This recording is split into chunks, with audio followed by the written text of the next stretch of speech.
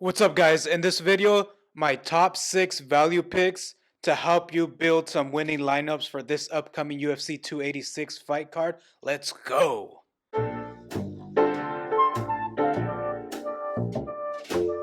Alright, guys, taking a look at the spreadsheet, the cheat sheet here. Again, this information is pulled from Stochastic Premium content, but we're not here to talk about that. We're here to talk about value picks. And we'll start off at the top. Actually, we won't start off at the top. I want to take a look at the big picture here.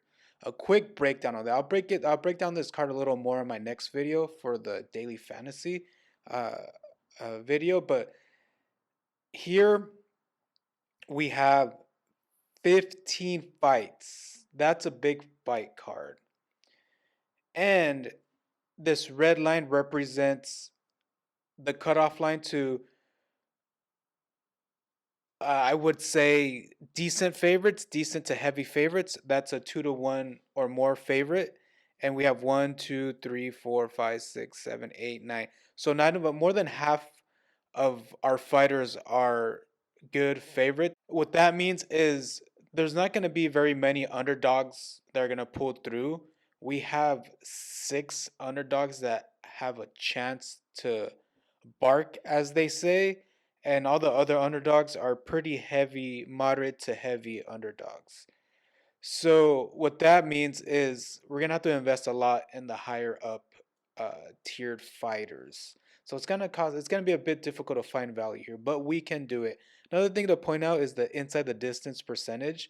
The 50% or more is pretty much all at the top with Gunnar Nelson, Hadley, Miller, Shore, and Makayev. We also have Peterson and Duncan with above 50, and of course we have Usman who scores a lot of points and it is a 5-round fight, and it is predicted to go all 5 rounds, which we know even in a loss Usman could put up some numbers. So let's get down to the value picks with all that put out the way. So I'm looking at the rare values, and they do translate with elite. The core you can pretty much be a little more loose with your budget with the core because they're substantially cheaper than the elites and the rares.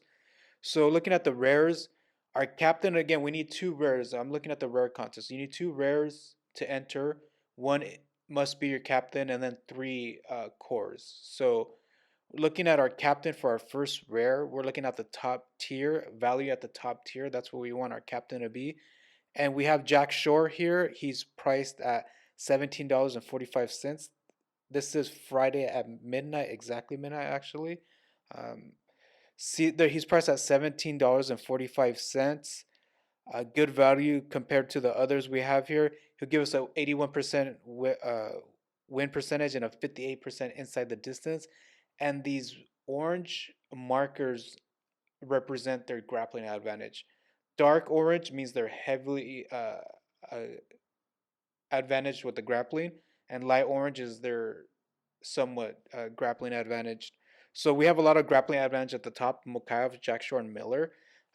It's just Mukav is so expensive at $10 more than Jack Shore. So again, we're looking for value here. You can play Makayev, but I would suggest playing his common card since it's cheaper, obviously. So Jack Shore at 1745 is our first potential captain. Another one is right below him with Juliana Miller. She's the price a dollar cheaper, and she gives us very similar stats percentage wise, very similar to Jack Shore. So that's another option for your captain spot. A third option for a captain spot would be Sam Peterson. He's a tier below them, our fighters at the top.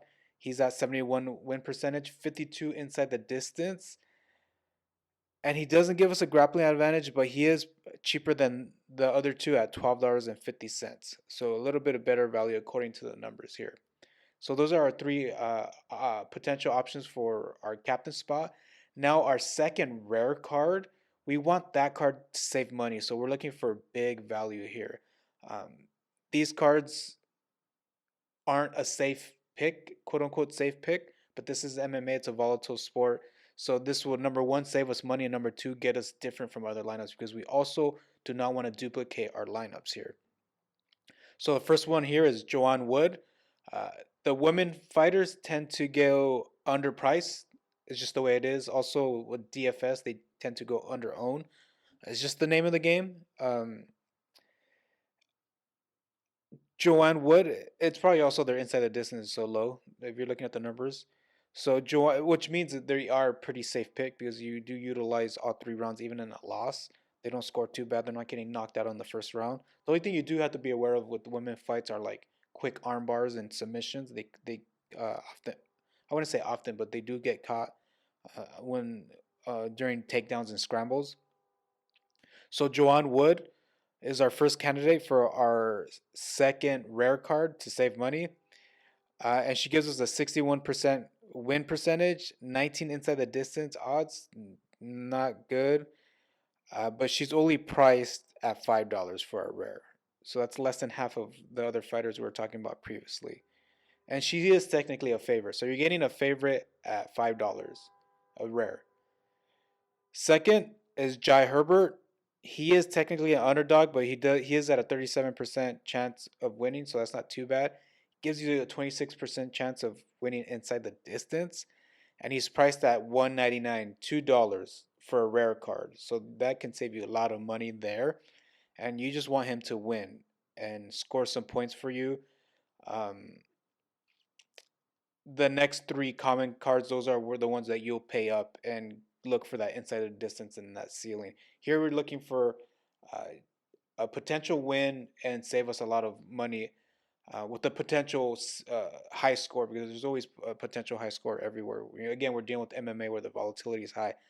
Last one is Loana Carolina. She's the other half of the Joanne Wood fight. She's basically priced half of what Joanne Wood is, $2.16, and technically an underdog at 38%, but that's still that's less than a 2-to-1 underdog.